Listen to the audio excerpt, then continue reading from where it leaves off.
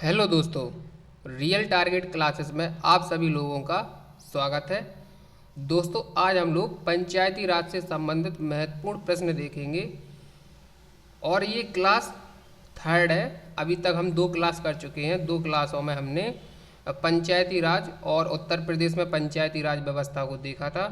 और दोस्तों, ये थर्ड क्लास है। इससे संबंधित हम पंचायती राज से संबंधित महत्वपूर्ण प्रश्नों को देखेंगे। इस टॉपिक से जितने भी महत्वपूर्ण प्रश्न बन सकते हैं वो सारे के सारे आज हम लोग देखेंगे। और दोस्तों, ये जो पंचायती राज का टॉपिक है ये लेखपाल भर्ती परीक्षा की दृष्टि से बहुत महत्वपूर्ण टॉपिक है, क्योंकि इस टॉपिक से आपको लेखपाल भर्ती परीक्षा में एक या दो प्रश्न देखने को इस टॉपिक से ज़रूर मिलते हैं। और दोस्तों, प्रीवियस ईयर एग्जाम्स पेपर में इस टॉपिक से प्रत्येक शिफ्ट में एक या दो क्वेश्चन पूछे गए थे। तो दोस्तों, हम देखते हैं इस टॉपिक से संबंधित महत्वपूर्ण एमसीक्यू टाइप क्वेश्चंस को। तो दोस्तों, पहला प्रश्न है, भारत में पंचायती राज व्यवस्था लाने के पीछे मुख्य उद्देश्य क्या था? ऑप्शन है, गांव का विकास करना, चुनाव खर्च में कमी करना, लोकतांत्रिक विकेंद्रीकरण करना, इनमें से कोई नहीं। तो दोस्तों, इस प्रश्न का जो राइट आंसर हो जाएगा वो हो जाएगा ऑप्शन नंबर सी, राइट हो जाएगा, लोकतांत्रिक विकेंद्रीकरण करना। भारत में पंचायती राज व्यवस्था का लक्ष्य क्या था दोस्तों, उद्देश्य क्या था? तो इसका जो उद्देश्य था वो था शक्तियों का विकेंद्रीकरण करना। अगला प्रश्न देखते हैं, स्थानीय स्वशासन का जनक किसे कहा जाता है? तो दोस्तों, जैसा कि अभी हमने क्लास जब पढ़ाई थी, क्लास 1 और क्लास 2, तो उसमें हमने बताया था, पीडीएफ में मेंशन किया था। अभी तक आपने वो क्लास नहीं देखी हैं तो आप हमारे चैनल की प्लेलिस्ट पर जाकर उन क्लासों को देख सकते हैं। और साथ ही में दोस्तों, अभी तक आपने वो पीडीएफ डाउनलोड नहीं की हैं तो डिस्क्रिप्शन बॉक्स में उन पीडीएफ की लिंक है, वहाँ से जाकर आप उन पीडीएफ फाइल को डाउनलोड कर सकते हैं। तो दोस्तों, इसका जो राइट आंसर हो जाएगा वो ऑप्शन नंबर ए राइट हो जाएगा, लॉर्ड रिपन को स्थानीय स्वशासन का जनक कहा जाता है। अगला को प्रश्न देखते हैं दोस्तों। अगला प्रश्न है, सीडीपी जिसे सामुदायिक विकास कार्यक्रम मतलब कम्युनिटी डेवलपमेंट प्रोग्राम कहते हैं, को कब प्रारंभ किया गया था? तो दोस्तों, ऑप्शन है 1952 में, 1950 में, 1960 में, 1970 में। तो दोस्तों, इस प्रश्न का जो राइट आंसर हो जाएगा वो हो जाएगा ऑप्शन नंबर ए, 1952 में। अगला प्रश्न देखते हैं, मिलान करें, कौन सी समिति किस वर्ष बनाई गई थी या गठन किया गया था? तो दोस्तों, ये मिलान करना है तो बलवंत राय मेहता समिति है। तो बलवंत राय मेहता समिति 1957 में, तो फर्स्ट का हो जाएगा 1957। ठीक, अगला देखते हैं, अशोक मेहता समिति। तो दोस्तों, अशोक मेहता समिति 1977 में, तो इसका हो जाएगा थर्ड। और जीवी के राव समिति, तो ये 1985 में बनाई गई थी। और एलएम सिंघवी समिति, जिसका पूरा नाम लक्ष्मीमल सिंघवी समिति है, 1986 में गठित किया गया था। तो दोस्तों, अगला प्रश्न देखते हैं। अगला प्रश्न है, निम्न में से किस समिति की सिफारिशों के आधार पर भारत में पंचायती राज का उदय हुआ था? तो दोस्तों, बलवंत राय मेहता समिति की सिफारिशों के आधार पर भारत में पंचायती राज का उदय हुआ था।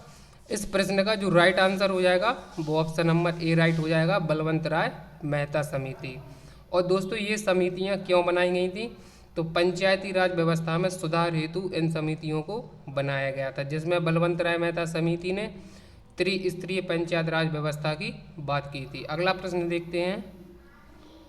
अगला प्रश्न है दोस्तों, बलवंत राय मेहता समिति ने पंचायती राज व्यवस्था में सुधार हेतु कितने स्तरीय ढांचे की स्थापना का सुझाव दिया था? तो दोस्तों, जैसा कि अभी हमने बताया था कि इन्होंने 3 स्तरीय पंचायत व्यवस्था का सुझाव दिया था। और दोस्तों, इस प्रश्न का जो राइट आंसर हो जाएगा वो ऑप्शन नंबर सी राइट हो जाएगा, जिसमें इन्होंने कहा था कि ग्राम स्तर पर ग्राम पंचायत, क्षेत्र स्तर पर क्षेत्र ब्लॉक पंचायत और जिला स्तर पर जिला परिषद का सुझाव इसका समिति ने दिया था।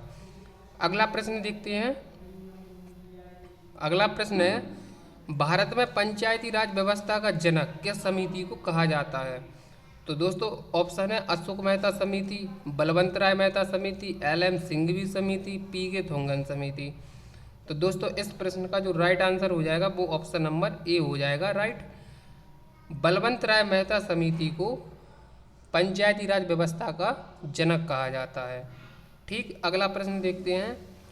पंचायती राज व्यवस्था को सर्वप्रथम किस राज्य ने अपनाया? तो दोस्तों ये अपनाया था राजस्थान ने। ठीक है, सबसे पहले पंचायती राज व्यवस्था की शुरुआत राजस्थान में हुई थी, और राजस्थान की कौन से जिले में? तो नागौर जिले में सर्वप्रथम पंचायती राज व्यवस्था को अपनाया गया था। अगला प्रश्न देखते हैं, भारत में पंचायती राज व्यवस्था की शुरुआत कब हुई? तो दोस्तों भारत में पंचायती राज व्यवस्था की शुरुआत 2 अक्टूबर 1959 को हुई थी राजस्थान के नागौर जिले से। ठीक है, अगला प्रश्न देखते हैं। अगला प्रश्न है, सर्वप्रथम किस राज्य में पूर्ण रूप से पंचायती राज लागू हुआ? दोस्तों इधर पूछ रहा है पूर्ण रूप से, तो दोस्तों पूर्ण रूप से लागू हुआ था आंध्र प्रदेश में। इस प्रश्न का जो राइट आंसर हो जाएगा वो ऑप्शन नंबर ए राइट हो जाएगा, आंध्र प्रदेश। अगला प्रश्न देखते हैं। अगला प्रश्न है, 73वें संशोधन का पालन करने वाला पहला राज्य है? तो दोस्तों 73वें संशोधन जब पारित किया गया था तो इसमें 11वीं अनुसूची जोड़ी गई थी।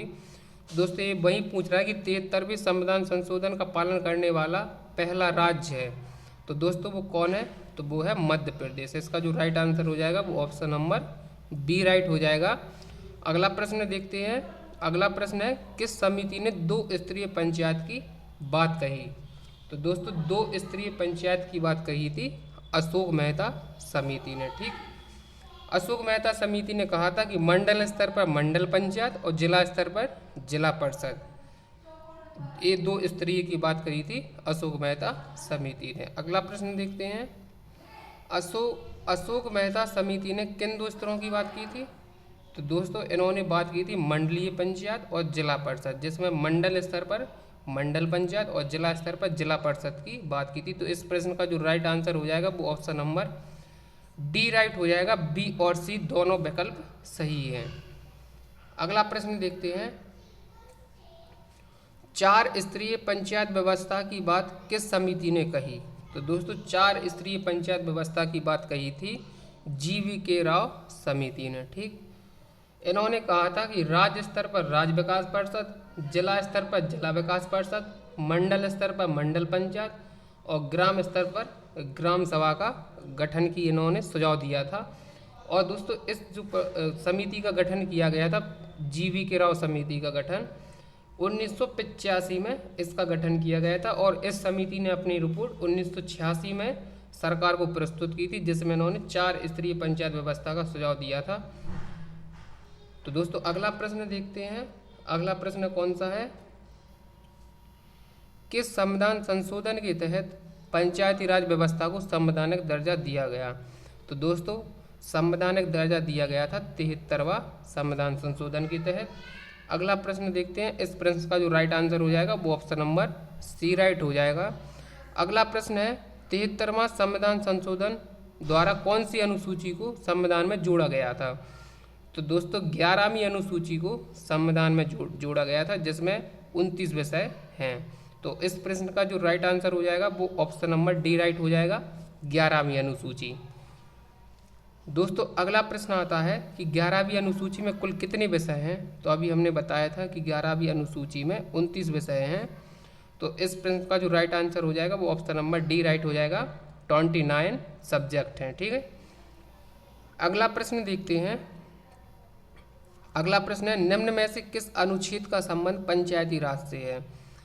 तो दोस्तों पंचायती राज से अनुच्छेद 243 का संबंध है, क्योंकि अनुच्छेद 243 ए से लेकर 243 ए से लेकर 243 ओ तक पंचायती राज व्यवस्था से संबंधित अनुच्छेद हैं। तो इस प्रश्न का जो राइट आंसर हो जाएगा वो ऑप्शन नंबर बी राइट हो जाएगा, अनुच्छेद 243। अनुच्छेद 243 में हमें परिभाषाएं देखने को मिलती हैं।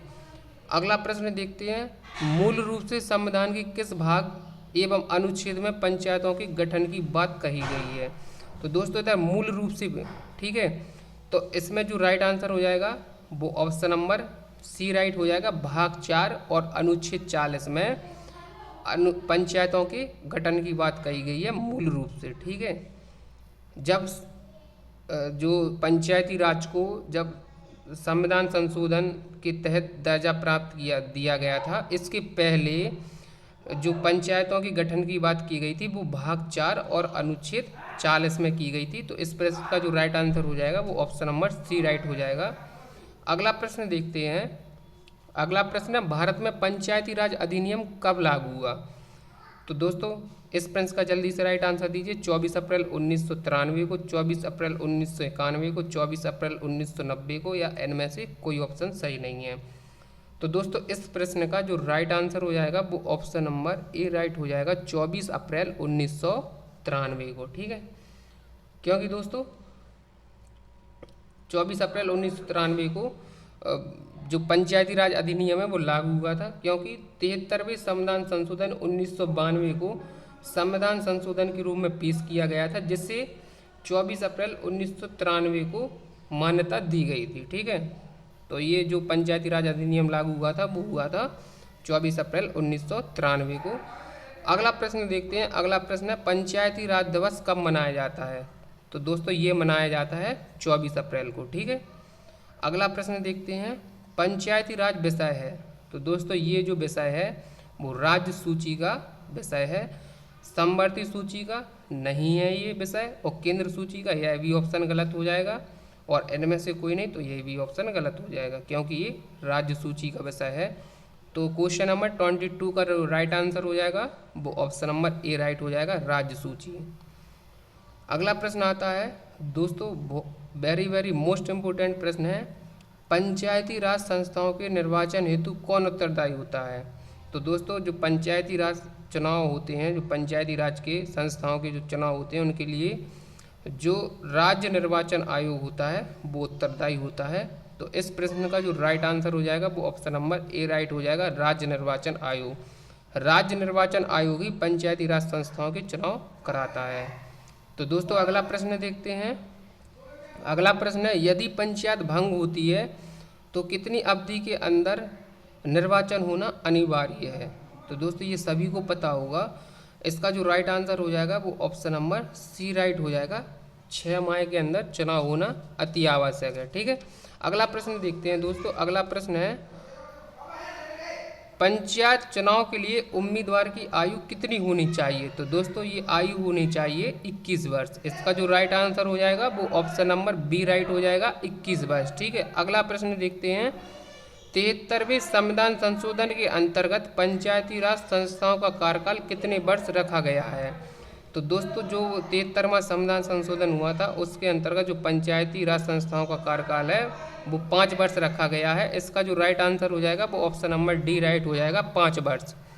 अगला प्रश्न देखते हैं, राज्यों के पंचायत का गठन कौन करता है? तो दोस्तों ये करता है राज्य का विधानमंडल।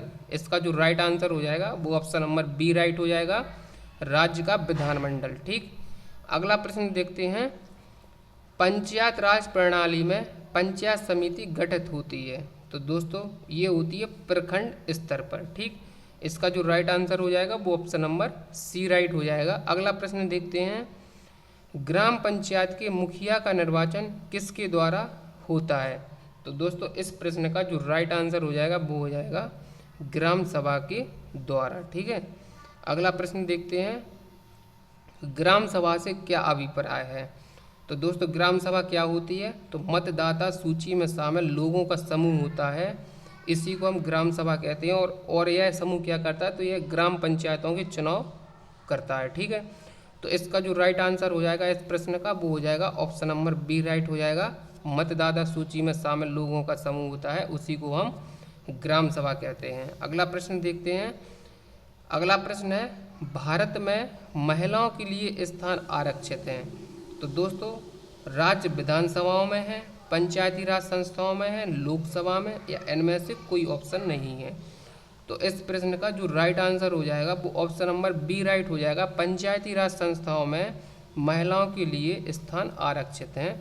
और फिर अगला प्रश्न आता है कि पंचायतों में सभी स्तरों पर महिलाओं के लिए कितने पद आरक्षित होते हैं? तो दोस्तों ये होते हैं 1/3, मतलब 33% आरक्षण की व्यवस्था है। ठीक है, अगला प्रश्न देखते हैं। अगला प्रश्न है, निम्नलिखित में से कौन एक कथन पंचायतों से संबंधित नहीं है? तो दोस्तों कौन एक कथन पंचायतों से संबंधित नहीं है? तो पढ़ते हैं 74वां संविधान संशोधन अधिनियम। तो दोस्तों ये तो लग रहा है कि ये संबंधित नहीं है। अलग देखते हैं, राज्य निर्वाचन आयोग पंचायतों का चुनाव कराएगा, बिल्कुल सही बात है ये। सभी पंचायतों का कार्यकाल 5 वर्ष निर्धारित होगा, ये भी सही बात है। एक पंचायत के भंग होने के 6 माह के अंदर नया चुनाव कराया जाएगा, ये भी सही बात है। तो दोस्तों इस प्रश्न का जो राइट आंसर हो जाएगा वो ऑप्शन नंबर ए राइट हो जाएगा। 74वां संविधान संशोधन पंचायतों से संबंधित नहीं है, क्योंकि 74वां संविधान संशोधन नगर पालिकाओं से संबंधित है। ठीक है, 73वां संविधान संशोधन पंचायतों से संबंधित है। इस बात को ध्यान में रखेंगे। अगला प्रश्न देखते हैं, निम्न में से किसका चुनाव प्रत्यक्ष रूप से किया जाता है? तो दोस्तों प्रत्यक्ष रूप से किसका चुनाव किया जाता है? तो ग्राम पंचायत का चुनाव जो होता है वो प्रत्यक्ष रूप से किया जाता है। ब्लॉक समिति और जिला परिषद का चुनाव अप्रत्यक्ष रूप से किया जाता है। तो दोस्तों इस प्रश्न का जो राइट आंसर हो जाएगा वो ऑप्शन नंबर सी राइट हो जाएगा, ग्राम पंचायत।